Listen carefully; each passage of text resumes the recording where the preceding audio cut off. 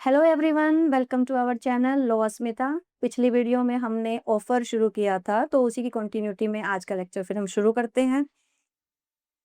Mayor supply of information is not an offer, ये हमारा third point है।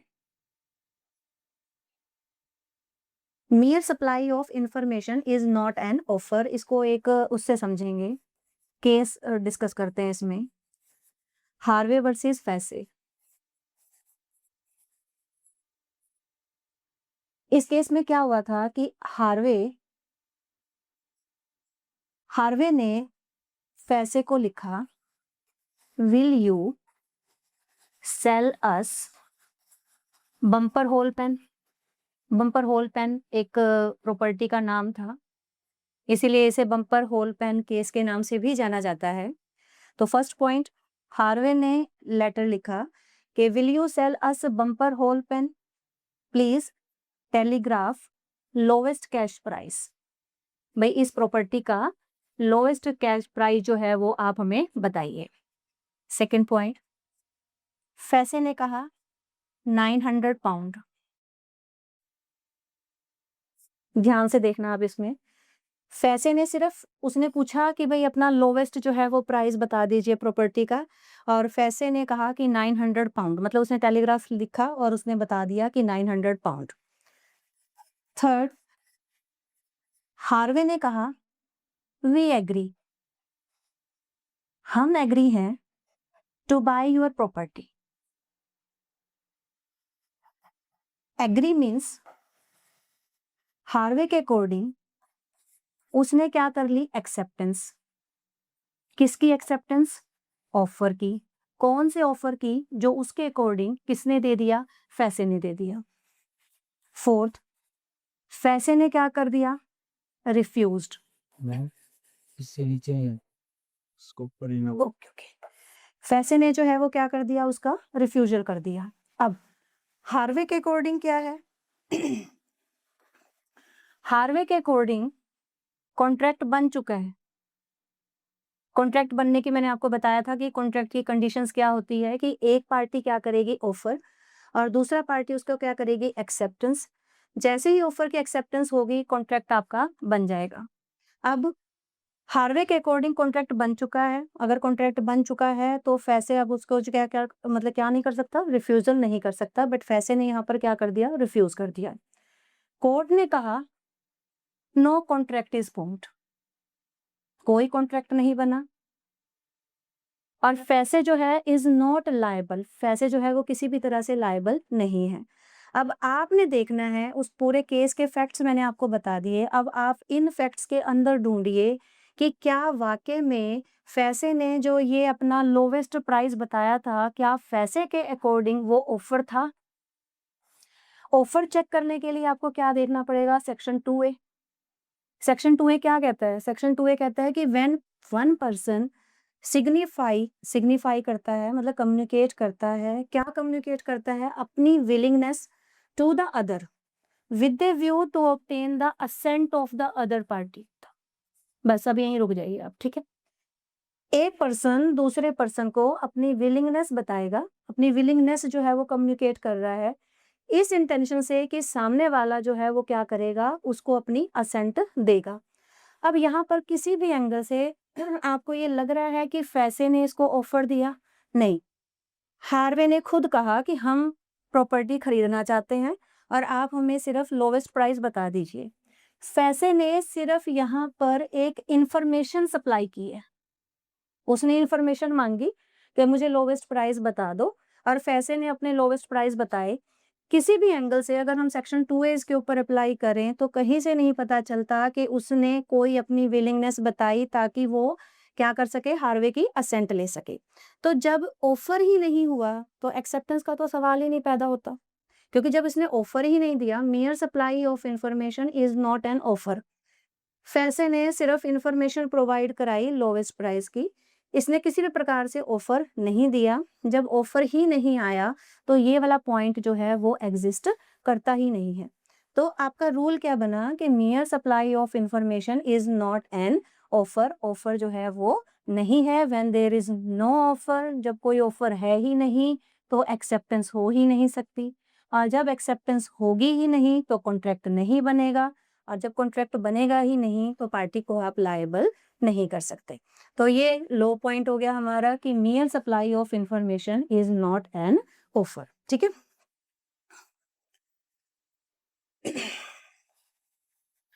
Next जो है पॉइंट आपका वो है प्रपोजल, डी पॉइंट, क्योंकि ऑफर ही हम कर रहे हैं। ऑफर इंग्लिश उसमें है, आपके इंग्लिश लॉ में ऑफर बोलते हैं और इंडियन लॉ में प्रपोजल बोलते हैं। Proposal and offer, it can be express और इट कैन बी इम्प्लाइड। वो एक्सप्रेस भी हो सकता है और इम्प्लाइड भी हो सकता है। अब एक्सप्रेस का मतलब क्या होता है? एक्सप्रेस का मतलब है कि when you make the offer in words, words कुछ भी हो सकते हैं, इट मे बी ओरल और इट मे बी रिटन। और इम्प्लाइड का मतलब होता है when offer is made by conduct, conduct से। अब एक्सप्रेस ऑफर के तो मैंने आपको एग्जांपल कहीं दिए हैं, जैसे मान लीजिए ए और बी के एक घर का ऑफर हुआ, वो अपना उसने बोला कि मैं आपको घर बेचूंगा, बी ने कहा ठीक है मैं 1 करोड़ में वो घर खरीद लूंगा। ठीक है। अब ये एक्सप्रेस ऑफर है, क्यों? क्योंकि ये वर्ड्स में है, बोल के भी हो सकता है, लिख के भी हो सकता है। बट अगर हम एक छोटा सा एग्जांपल दें कि मान लीजिए मैं एक दुकान पे गई और मैंने कुछ नहीं कहा, मैंने 10 रुपए उसे पकड़ाए, ठीक है, और वो सिर्फ बिस्किट ही बेचता है और 10 रुपए के ही बिस्किट है उसकी दुकान पे और कुछ नहीं है, ठीक है, और एक ही तरह का है, मान लो पार्ले के ही बिस्किट है उसके पास और 10 रुपीज वाला ही है, कुछ नहीं कहा, मैंने 10 रुपए उसको दिए और उसने मेरे हाथ में बिस्किट पकड़ा दिए। मेरा 10 रुपए उसको देना और उसका मुझे बिस्किट पकड़ाना, ये हमारे दोनों के क्या है? कंडक्ट है। तो यहाँ पर जो ऑफर हुआ है वर्ड्स में नहीं हुआ, ना मैं बोल रही ना मैं लिख रही, बस मैं क्या कर रही हूँ? कंडक्ट कर रही। तो जो ऑफर कंडक्ट के थ्रू होता है उसी ऑफर को हम क्या बोलते हैं? Implied offer. ठीक है। तो ये एग्जाम्पल आप दे सकते हो, बस का एग्जाम्पल दे सकते हो कि पैसेंजर जो है वो क्या करता है? किराया देता है, बदले में कंडक्टर क्या करता है? उसको अपनी टिकट दे देता है। तो ये भी जो है कंडक्ट है, ये भी कौन सा ऑफर हो गया? इम्प्लाइड ऑफर हो गया। ठीक है। इससे पहले हमने ऑफर जो है वो एक जनरल ऑफर भी किया था, स्पेसिफिक ऑफर किया है, ये हम टाइप्स ऑफ ऑफर भी डिस्कस कर रहे हैं साथ साथ। अब जो है एक ऑफर हो गया आपका एक्सप्रेस और एक हो गया आपका इम्प्लाइड। ठीक है। तो ये 4 ऑफर हम जो है अभी तक डिस्कस कर चुके हैं। ठीक है। नेक्स्ट जो आपका पॉइंट है, नेक्स्ट पॉइंट है आपका कि प्रपोजल, ये भी काफी इंपॉर्टेंट है, must be capable of creating legal relationship.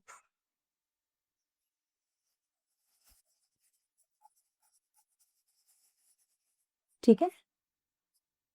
इसमें एक वर्ड आएगा आपका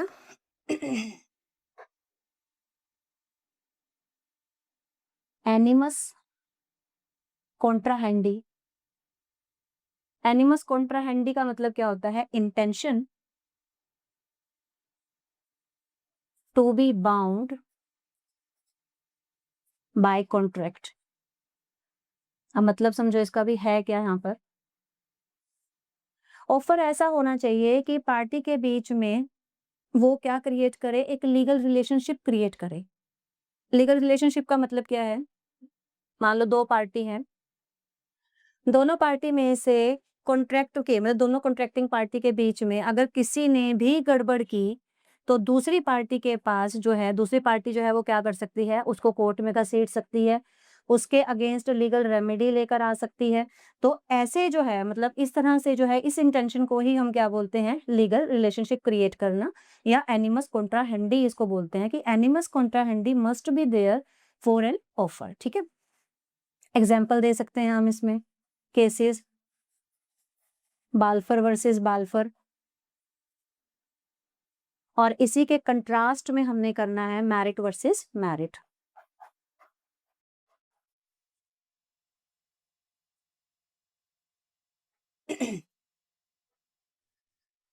अब बाल्फर वर्सेस बाल्फर का एग्जांपल ले लेते हैं, ठीक है ना? मैं मेरे ख्याल से ये रब कर दूं।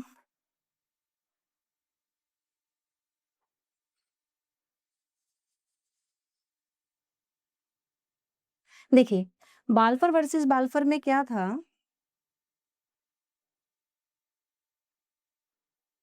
बाल्फर वर्सेस बाल्फर में एक हस्बैंड वाइफ थे, ठीक है?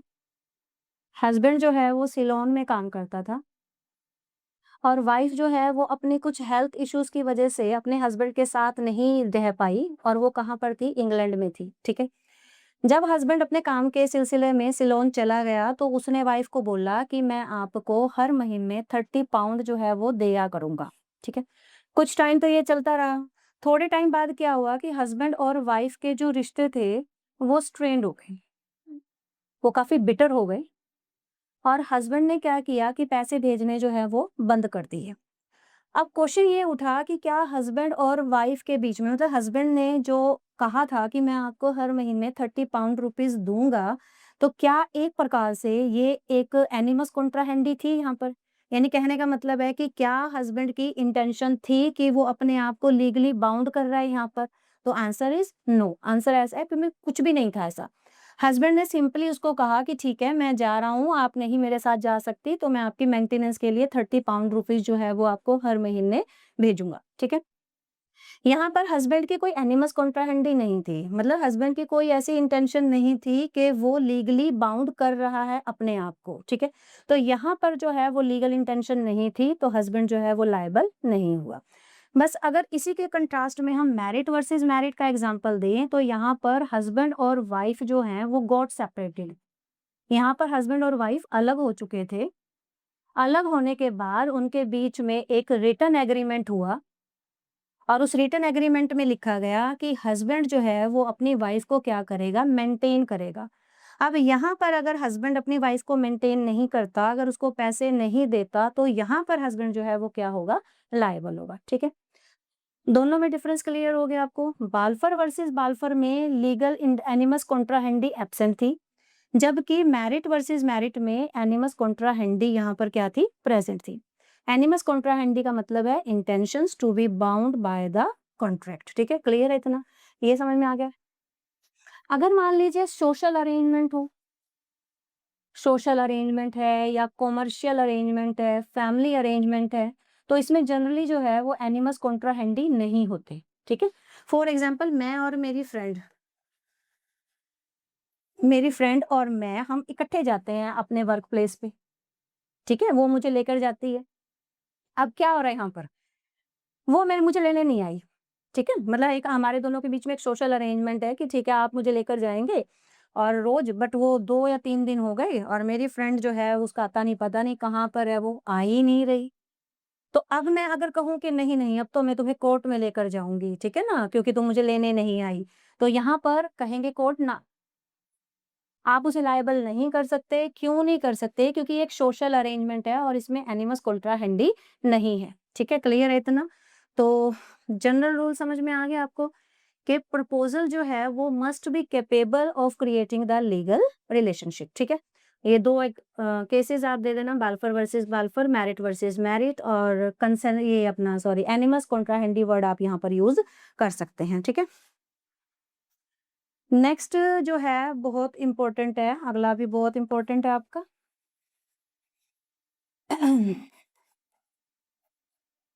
Proposal must be certain. Proposal जो है वो सर्टेन होना चाहिए और ये बात कहाँ पर लिखी हुई है? सेक्शन 29 में लिखी हुई है, ठीक है? एग्ज़ाम्पल के तौर पर ए ने कहा, I will sell one of my cars, one of my 2 cars for a reasonable price, ठीक है?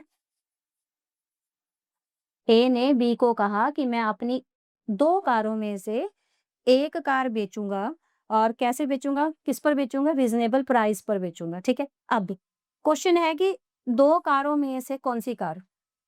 सर्टेन है यहाँ पर? नहीं, कुछ सर्टेन नहीं है। रीज़नेबल प्राइस, अब रीज़नेबल प्राइस क्या कोई सर्टेन प्राइस है? पता नहीं कितने प्राइस में बेचेगा, कितने में नहीं बेचेगा। तो दोनों ही चीज़ यहाँ पर क्या है? अनसर्टेन है। तो आपका रूल क्या कहता है कि प्रपोज़ल मस्ट बी सर्टेन, हमेशा सर्टेन होना चाहिए। अगर ए ऐसा ना कह के ये कहता कि आई will sell my Honda city, मैं अपनी होंडा सिटी बेचूंगा और कितने में बेचूंगा, 10 लाख रुपए में बेचूंगा। तो यहाँ पर इसने क्या कर दिया, इसने अपने ऑफर को यहाँ पर क्या कर दिया, सर्टेन कर दिया। ठीक है, तो रूल क्या बना कि ऑफर मस्ट बी सर्टेन, और सेक्शन 29 जो है इंडियन कॉन्ट्रैक्ट एक्ट का, वो डील करता है इसी से, सर्टेनिटी से ही डील करता है कि सर्टेन होना चाहिए। ठीक है, एग्जाम्पल जो है वो आप यहाँ पर ये वाला कोट कर सकते हैं।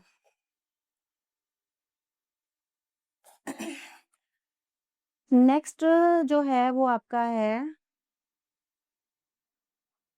प्रपोजल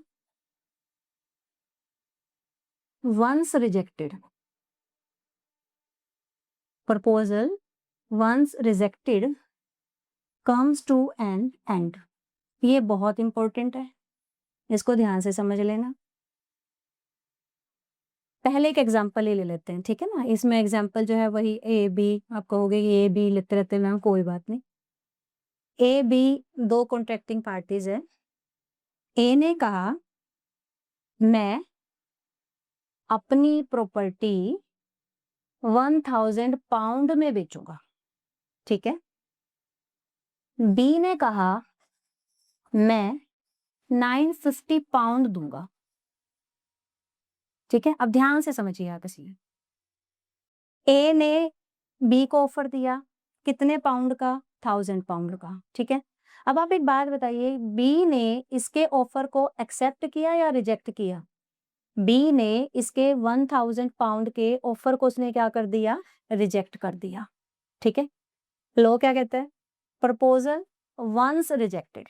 भाई प्रपोजल अगर एक बार रिजेक्ट हो गया, कम्स टू एन एंड, इसका मतलब जैसे ही बी ने कहा कि नहीं मैं 1000 रुपए में नहीं खरीदूंगा आपकी प्रॉपर्टी, इसका मतलब बी ने उसके प्रपोजल को क्या कर दिया, रिजेक्ट कर दिया। जैसे ही बी ने प्रपोजल को रिजेक्ट किया, तो ये जो 1000 वाला जो प्रपोजल था, ये यहाँ पर क्या हो गया, आपका एंड, यानी ये प्रपोजल तो आपका क्या हो गया, खत्म हो गया। ठीक है, अब ये ऑफर तो खत्म हो गया। अब बी ने क्या किया, अपना ऑफर दे दिया। बी ने कहा कि मैं ठीक है ये नहीं खरीदूंगा, मैं अपना मतलब 950 पाउंड में मैं खरीदूंगा। इसका मतलब बी ने इस ऑफर के काउंटर में अपना ऑफर दे दिया। तो इसीलिए इस ऑफर को कौन सा ऑफर बोला जाता है, काउंटर ऑफर। तो काउंटर ऑफर में क्या होता है कि सामने वाली पार्टी ऑफरर के ऑफर को एक्सेप्ट नहीं करती, बल्कि उसके ऑफर को क्या कर देती है, रिजेक्ट कर देती है, और अपना खुद का एक नया ऑफर जो है वो उसको देती है। अब पहले सिचुएशन चेंज हो जाती है, क्योंकि काउंटर में सिचुएशन चेंज होगी। पहले ए ऑफरर था, क्योंकि इसने ऑफर दिया था। बी क्या था, एक्सेप्टर। अब जैसे ही इसका ऑफर रिजेक्ट हुआ, तो अब ये ऑफरर नहीं हुआ, अब इसने अपना ऑफर दे दिया, इसका खुद का ऑफर है, तो इसलिए अब ये क्या बन गया, ऑफरर, और अब ये क्या बनेगा, उसका एक्सेप्टर। अब ए की मर्जी है, वो चाहे 950 पाउंड के ऑफर को एक्सेप्ट करे या उसके ऑफर को रिजेक्ट करे। तो ये वाला जो है, ये किसको हम क्या बोलेंगे, काउंटर ऑफर। ठीक है, इसमें जो आपका केस है काउंटर ऑफर के लिए, जो आप केस दोगे, वो बहुत अच्छा केस है आपका हाइड वर्सेस रेंच। ये जो मैंने एग्जांपल आपको दिया है, ये किसके फैक्ट्स हैं, ये हाइड वर्सेस रेंच के ही जो हैं वो क्या हैं, आपके फैक्ट्स हैं। ठीक है, क्लियर है इतना। तो काउंटर ऑफर समझ में आ गया कि जो ओरिजिनल ऑफर है वो रिजेक्ट हो जाएगा, और पार्टी जो है वो अपना एक नया ऑफर जो है वो खुद देगी। पोजीशंस भी बदल जाएंगी, पहले जो ऑफरर था अब वो एक्सेप्टर बनेगा, और जो एक्सेप्टर था अब वो क्या बन जाएगा, ऑफरर बनेगा। ठीक है, इसीलिए इसको हम क्या बोलते हैं, काउंटर ऑफर। ठीक है, नेक्स्ट जो है वो फिर हमारा आता है क्रॉस ऑफर। क्रॉस ऑफर में क्या होगा, क्रॉस ऑफर में, क्रॉस ऑफर में क्या होता है, एक पार्टी ने ऑफर दिया, मान लीजिए ये पार्टी है ए, ये अपना एक ऑफर दे रही है, और एक पार्टी बी है, वो भी क्या दे रही है, ऑफर दे रही है। वैसे डेली लाइफ में, मतलब एक्चुअली प्रैक्टिकल लाइफ में ऐसा पॉसिबल होता नहीं है, बट फिर भी ए ने ऑफर दिया, बी ने ऑफर दिया, अब किसी एक पॉइंट पे ये दोनों के दोनों ऑफर जो है वो आपस में क्या कर गए, क्रॉस कर गए। तो टाइम ऑफ कम्युनिकेशन यानी जो ऑफर को कम्युनिकेट करने का टाइम था, time of the communication of offer crosses one another, वो एक दूसरे को क्रॉस कर रहा है। क्रॉस करने का मतलब भाई ये भी ऑफर दे रहा है, ये भी ऑफर दे रहा है, और दोनों का ऑफर का टाइम ऑफ कम्युनिकेशन ऐसा है कि दोनों एक दूसरे को क्या कर गए, क्रॉस कर गए।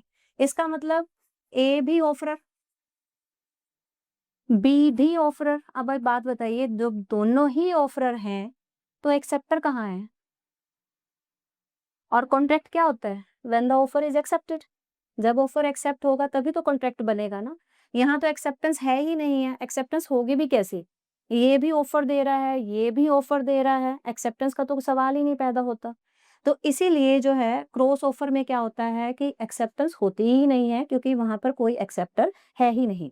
और इसमें जनरली क्या होता है, पार्टीज भी सेम होती है, सब्जेक्ट मैटर सेम होता है, टर्म्स एंड कंडीशन सेम होती है, टाइम ऑफ कम्युनिकेशन भी क्या हो जाता है, सेम हो जाता है। जनरली आपको रियल लाइफ में ऐसे एग्जांपल बहुत कम मिलेंगे, बहुत मतलब रेयर चांस है कि कोई क्रॉस ऑफर देखने को मिले, बट सिलेबस का पार्ट है तो यू हैव टू स्टडी। और एग्जाम्पल आप दोगे इसमें अपना टिन वर्सेस होफमैन केस, आपने इसमें ये वाला कोट करना है। क्रॉस ऑफर में आपको टिन वर्सेस होफमैन का जो है वो आप कोट करेंगे, ठीक है ना। मेरे ख्याल से क्रॉस ऑफर में तो इतना कुछ करने की जरूरत नहीं है, सिर्फ डेफिनेशन देनी है और एक केस जो है वो आप यहाँ पर कोट कर सकते हैं, ठीक है। अब लास्ट है इस वीडियो का, पर सबसे इंपॉर्टेंट पार्ट है, और ये हमारी डेली लाइफ में चलता भी बहुत है। इन्विटेशंस टू ऑफर, ये बहुत इंपॉर्टेंट पार्ट है, ठीक है। Invitations to offer as the name suggest, नाम से ही पता चल रहा है कि इन्विटेशंस टू ऑफर यानी ऑफर के लिए इन्विटेशन दिया जा रहा है। इसका मतलब है कि समझते हैं इसको, A is a party who is inviting, किसको इनवाइट कर रही है, बी को, क्या करने के लिए, टू मेक ऑफर। समझ रहे हो आप यहाँ पर? यहाँ पर ए ऑफर नहीं दे रहा, ऑफर से हम पहले वाले स्टेप पे आ रहे हैं। ए बी को इनवाइट कर रहा है क्या करने के लिए, टू मेक ऑफर, यानी ए बी को कह रहा है कि भाई तू आ और मुझे ऑफर दे, और फिर मैं उस ऑफर को क्या करूंगा, एक्सेप्ट करूंगा, ठीक है। तो इनविटेशन टू ऑफर का मतलब है कि एक पार्टी दूसरी पार्टी को ऑफर देने के लिए क्या कर रही है, इनवाइट कर रही है, ठीक है। तो अब अपना खुद का दिमाग लड़ाइए, ए को आप क्या कहोगे, ऑफर? नो, ए ऑफर नहीं है।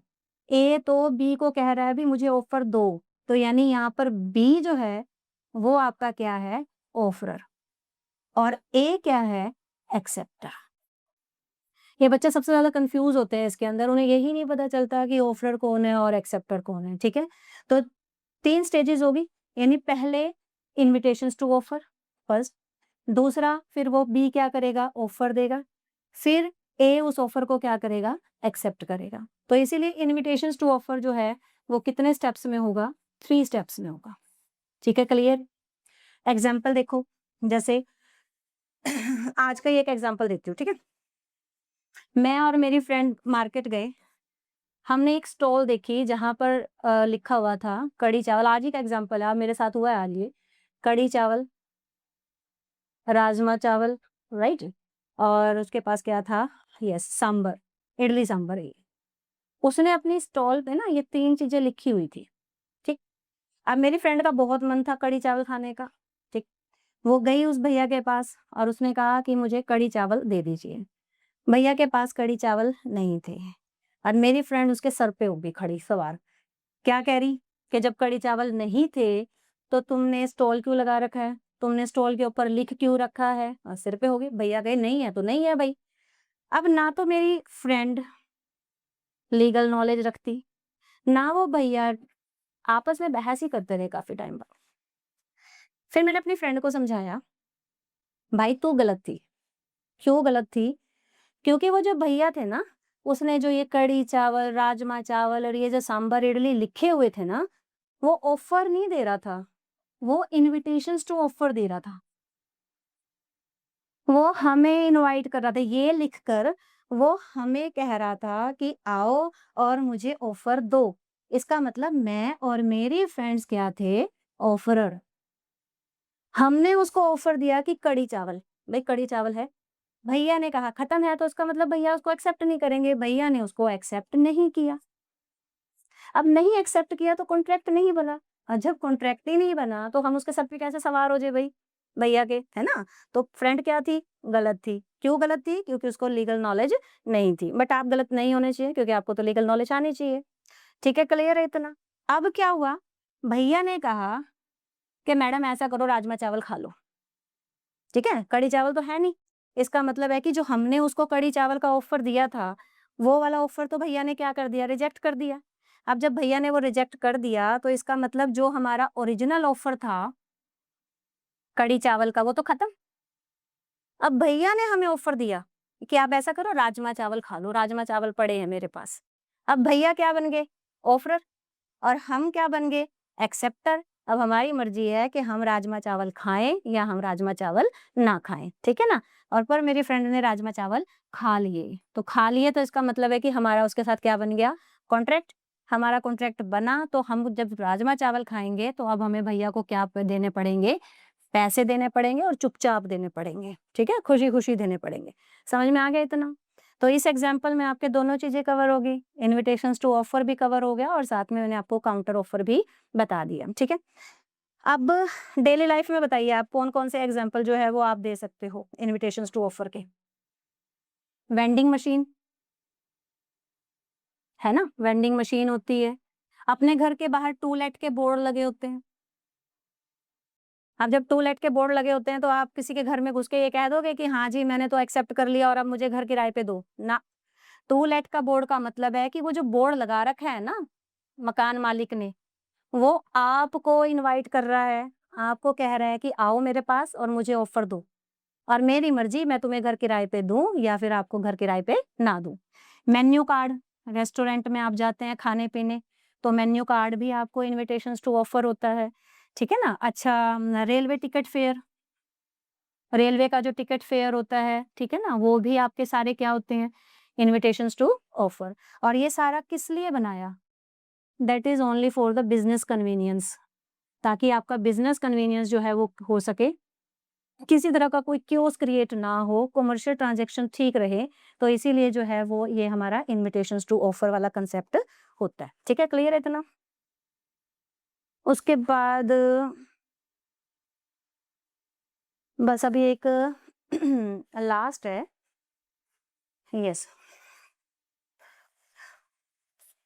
एक स्टेटमेंट मैं लिख रही हूँ, पेपर में ज़्यादातर वो स्टेटमेंट डायरेक्ट आ सकती है। An offer need not to be made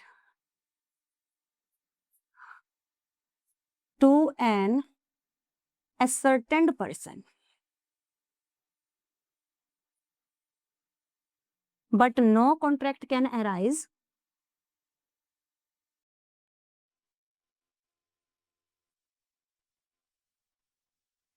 until Anson की स्टेटमेंट क्या है? एक offer need not to be made to an ascertain person, but no contract can arise until it has been accepted by an ascertain person. ठीक है, अब थोड़ा सा देखो, वैसे आपको टेक्निकल लग रही है जबकि टेक्निकल नहीं है, बहुत सिंपल है। क्या बोलता है एंसन कि एक ऑफर जरूरी नहीं है किसी असर्टेन पर्सन को देना। असर्टेन का मतलब फिक्स, किसी एक पर्टिकुलर बंदे को देना, बट ऑफर जो है एक्सेप्टेड होना चाहिए किसके द्वारा? एक असर्टेन पर्सन के द्वारा, बट एक्सेप्टेंस हमेशा एक पर्टिकुलर बंदे के द्वारा होनी चाहिए। ठीक है, अब आप एक बात बताइए, ये वाली स्टेटमेंट जो एंसन ने दी थी वो किसके कंटेक्स्ट में दी थी? अगर आपने ये 3 वीडियो बहुत अच्छे से देखी होगी तो देखो, फिर तो आप इसका अच्छे से दे सकते हो एग्जाम्पल, मतलब आंसर। बट चलिए मैं आपको बता देती हूँ। एंसन ने ये डेफिनेशन किसके कंटेक्स्ट में दी थी? जनरल ऑफर के। आप याद कीजिए, कार्लिल वर्सेस कार्बोलिक स्मोक बोल के केस में क्या था? कंपनी ने जो ऑफर दिया था वो किसको दिया था? जनरल पब्लिक को दिया था। जनरल पब्लिक का मतलब कि कोई असर्टेन पर्सन नहीं था, कोई फिक्स पर्सन को नहीं दिया, बट उस ऑफर को एक्सेप्ट किसने किया था? असर्टेन पर्सन ने। किसने? कार्लिल। जो कार्लिल लेडी थी उसने उसको एक्सेप्ट किया ना, तो इसका मतलब ये जो डेफिनेशन है वो किसके कंटेक्स्ट में है? जनरल ऑफर के कंटेक्स्ट में है। अगर ये स्टेटमेंट आ जाती है एंसन की, तो आपने जनरल ऑफर को जो है वो बहुत अच्छे से एक्सप्लेन करना है, और Carlill versus carbolic smoke ball case हम कर सकते हैं, ठीक है। अब एक लास्ट है ऑफर का, ये लास्ट है बस, उसके बाद ऑफर खत्म आपका, ठीक है। नेक्स्ट वीडियो में फिर हम एक्सेप्टेंस ही स्टार्ट करेंगे। एक ऑफर होता है स्टैंडिंग ऑफर, ठीक है। ये ऑफर की टाइप्स भी खत्म होगी हमारी यहाँ पर। स्टैंडिंग ऑफर का मतलब होता है which can be accepted from time to time and can be revoked at any time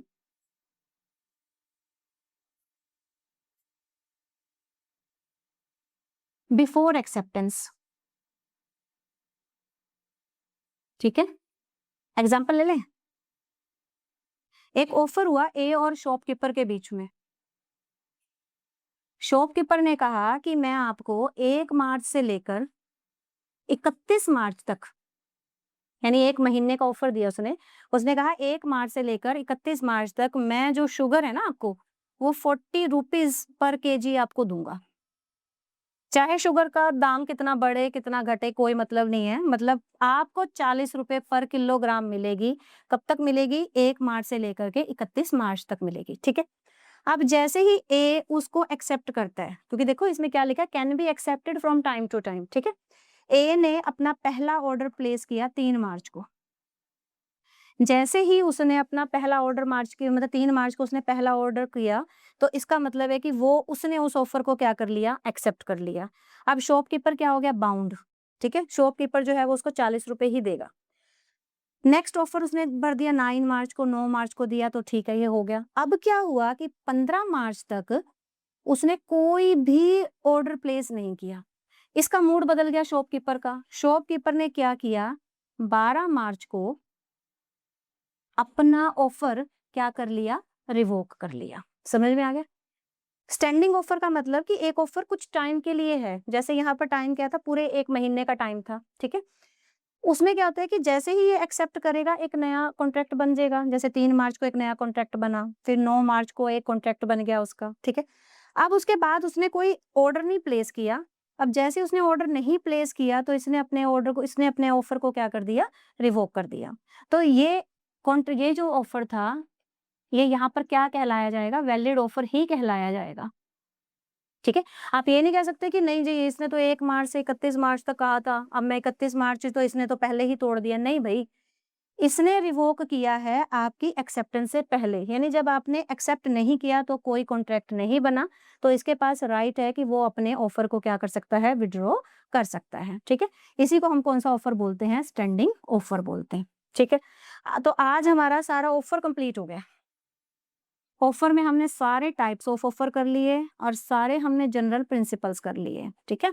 तो जब नेक्स्ट वीडियो होगी उसमें फिर हमारा नया टॉपिक स्टार्ट होगा, दैट इज एक्सेप्टेंस। तो जब आप आओ तो आप अपना ऑफर अच्छे से करके आना। Thank you.